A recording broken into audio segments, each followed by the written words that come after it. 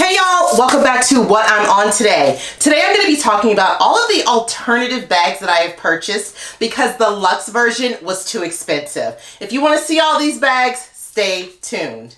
Remind me of 12th grade, remind me of young shade, feel like a new shoe, remind me of old games, taste like an ice cold, taste like a mango, feel like some new socks, taste like an angel, she look like a Badu, rode her a hike. Hey y'all, welcome back to what I'm on today. My name is Lakia Chanel and I make videos about all things handbags, both luxury and contemporary, because you guys already know that I do not discriminate. So yes, the title of the video is what it is. I have at least 10 bags that I'm going to go over today from my collection that are bags that I purchased because the luxe version was way too expensive for what I wanted to pay or potentially what I could afford to pay at the time. I'm going to go over the bag really quickly, but more importantly, I'm going to tell you if it actually quenched my thirst for that luxe bag or if I ended up getting the luxe version instead. So let's get right into it. The first bag, and this is in no real particular order because this definitely is not the first bag, but the first bag that I'm featuring in this video is my Coach Quilted Studio bag in the carnation pink. If you guys watch this video, you know that I really wanted a medium-sized classic flap in the color pink. And when this came out with Coach, I jumped on it. And I think I purchased this in either, it had to be 2021. I'm pretty sure that I purchased this. So I've had this for at least a year if I'm not mistaken. And I will tell you that this has quenched my thirst. I have not been tempted to purchase a medium-sized classic flap in the pink color because this is my baby. This is what I am wearing. And I'm pretty sure that I will never actually purchase that pink classic flap because this right here is all that I need. And so I would say that this was a great alternative for that bag for me. This is the next bag of the video. This is my MCM Cylinder Bag. I have a couple of videos about her. The most recent one are bags that I love and never wear. I will connect that above if you haven't seen that video. So this is a bag that I purchased because I was kind of looking at the cans bag. Actually, I really liked the Louis Vuitton cans bag. And I love the multiple different colors that it had. That bag had kind of a black top and then it had the monogram at the bottom. When MCM came out with this cylinder bag, I had to have it. And I had to have it because I didn't want to pay the price of that Louis Vuitton cans bag. And again, this has quenched my thirst. Number one, glad that I went this route. I think this bag was like $600 or $700. Definitely saved me thousands of dollars, especially because I don't wear this a ton. And the colorway is very similar to the Louis Vuitton colorway. And so I am very happy that I chose this. And so I will say that this also did quench my thirst. I have not since purchased that Louis Vuitton cans bag, and I don't see myself adding that bag to my collection. And then I never see myself getting rid of this beauty either. In that same vein is my little Stark Backpack by MCM. I love this bag. I think I got this bag in 2020 or 2021 if I'm not mistaken. I forget that it's 2023 now and not 2022. Love this bag. Of course I got this bag because I was thinking about the Louis Vuitton Palm Springs backpack. At the time, everybody and their mom had the bag. It wasn't really highly available, number one. And then number two, I think there were issues with the zipper, or maybe they had redone it so the zipper was kind of like this zipper. I can't remember all the hoopla at the time, but I do know that I got this bag and I love it. I'm, again, very happy with this purchase. I am not tempted nor have I been tempted to purchase the Louis Vuitton Palm Springs mini backpack.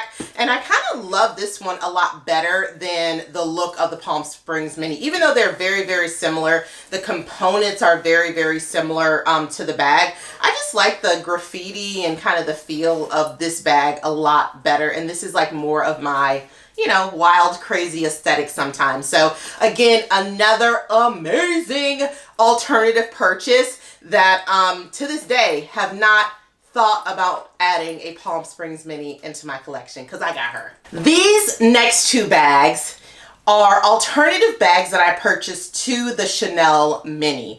So you guys already know that I have a Chanel mini in my collection.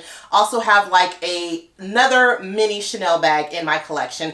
And at one point in my life, I thought I was going to have every single color under the rainbow of Chanel minis. Like literally that was my entire vibe when I was on my Chanel kick. And I decided to try the YSL Lulu Puffer in the toy size to see if it would give me that same feel because they were kind of similar in size. And I think I have a video somewhere comparing this to the Chanel mini flap. And then guys, I know that you've seen this video. I think I did this video sometime last year. This definitely reminded me of the Chanel mini. And I didn't purchase this bag specifically because of the Chanel mini. I just loved the aesthetic of the bag. You guys know I was on my whole studio kick. But very comparable bags. These bags have definitely filled the quench for another Chanel mini, but I feel like it's less because of the bags serving their purpose and more because just my brain is no longer attracted to spending $4,500 on a mini bag. So with that said, it's kind of dual for these bags. These bags are great. Originally, this bag was purchased because I wanted it to replace the Chanel mini because this was like extremely inexpensive in comparison. This was like $1,200 at the time when I got my two YSL toy Lulus. And as you guys know, the Chanel was like $4,500 or has gone up to $4,500 for the mini. So I would say again, yes and no. Do not regret either one of these purchases. And I have not added any additional Chanel to my collection, nor have I added any additional Chanel minis to my collections since I purchased both of these bags. But I will say it's more of a coincidence than necessarily these bags filling the void. Okay, this is my MCM Anya tote. I purchased this bag in 2019 or 2020 as an alternative to the Neverfull. At this same time, I was very much into Louis Vuitton. However, I wasn't 100% sold on the Neverfull, but I liked the idea of having like a tote bag. So this was honestly one of my first tote bags, and then designer tote bags at that. And I chose this one over the Louis Vuitton bag. Of course, this one was significantly less expensive. I'm pretty sure this was like $600, between $400 and $600. At the time, the Neverfull, I want to say, was $1,000 or somewhere around that. But I did like this one as an option a little bit better because it has this zipper, and I know that I have many videos, not many, but videos about this, but it has this zipper so you can actually close the bag. So I liked that from a security perspective, and I like this little pocket in the front. This bag did not come with the additional pouch like the Louis Vuitton bag does. I did end up getting this MCM bag in the reversible Liz tote as well. You guys may have seen that on my channel a year or two ago. I got it in light pink. That one did come with the pouch, is probably more comparable to the Neverfull. I have since given that one to my sister, so she enjoys that bag. Again, have not thought about getting a Neverfull. Have I thought about getting a Neverfull? I don't think so. I had to just question myself. More importantly, I've not purchased a Neverfull. So I'm going to say that this definitely did quench the thirst for a Neverfull type bag, because I don't think I was ever fully sold on the Neverfull, but this is the reason that I purchased it, to have something similar to that type of vibe. So great, another great purchase, and a Neverfull has not ever been added into my collection. You guys already know. So this is my Karl Lagerfeld Agnes bag. I love this bag. You guys already know that. This was to take place of a, so kind of two bags-ish. The first bag, the bag that I really, really wanted, was the Chanel 19 that was in this pattern. That bag was about $6,000 or $7,000, and even a little bit, it was $6,000 or $7,000 on the resale market. And then in the stores, I think it was maybe $5,000 or $6,000 if I'm not mistaken. And then as an alternative to that one, I was considering getting the Valentino Roman stud in the size large, and they had a black and white situation going on that I was like, okay, boom, that's going to be my alternative bag. So that bag at the time was retailing for like, let's say $2,300, $2,600. And then it just started going up crazy. I'm going to put the right price, but I'm pretty sure that Valentino Roman stud bag is like $3,500. It's very expensive now. So even though it's 50% less than the Chanel 19, it was still like pretty expensive. This was an unexpected greatness. I was in the Karl Lagerfeld outlet.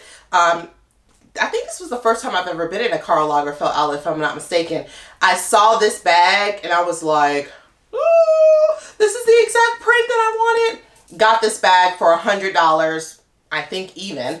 And so, yes, that was a very long-winded story.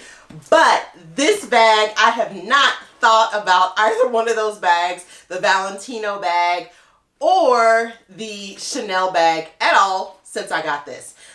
This has filled the quench. This is everything. I will not be adding either one of those to my collection, even if I find them for a great price. I'm sure the price is not better than what I got this for. This is an honorable mention that I'm going to do, which honorable mentions are usually at the end, but I'm just going to add this as the honorable mention. So this is the Chanel, this is the Coach heart bag. I had no interest in getting the Chanel heart bag. Wasn't on my radar, didn't care. Was not going to pay those Chanel prices. But when this came out and the reviews of it were so good, I had to pick this up. So even though it wasn't necessarily an alternative, I know for many people this is an alternative for the Chanel heart bag that came out. And so I'm going to add it to the list because of that. This is my beloved Tory Burch Eleanor bag. This was an alternative bag that I purchased to the Dior book tote. So when I was being influenced, a lot of people were talking about how great the book tote was, blah, blah, blah, which it seems like it definitely is a great bag. I definitely did not have the funds to spend thousands of dollars at the time for a tote bag. And maybe it was also that I was just really into like Chanel or just other things at the time.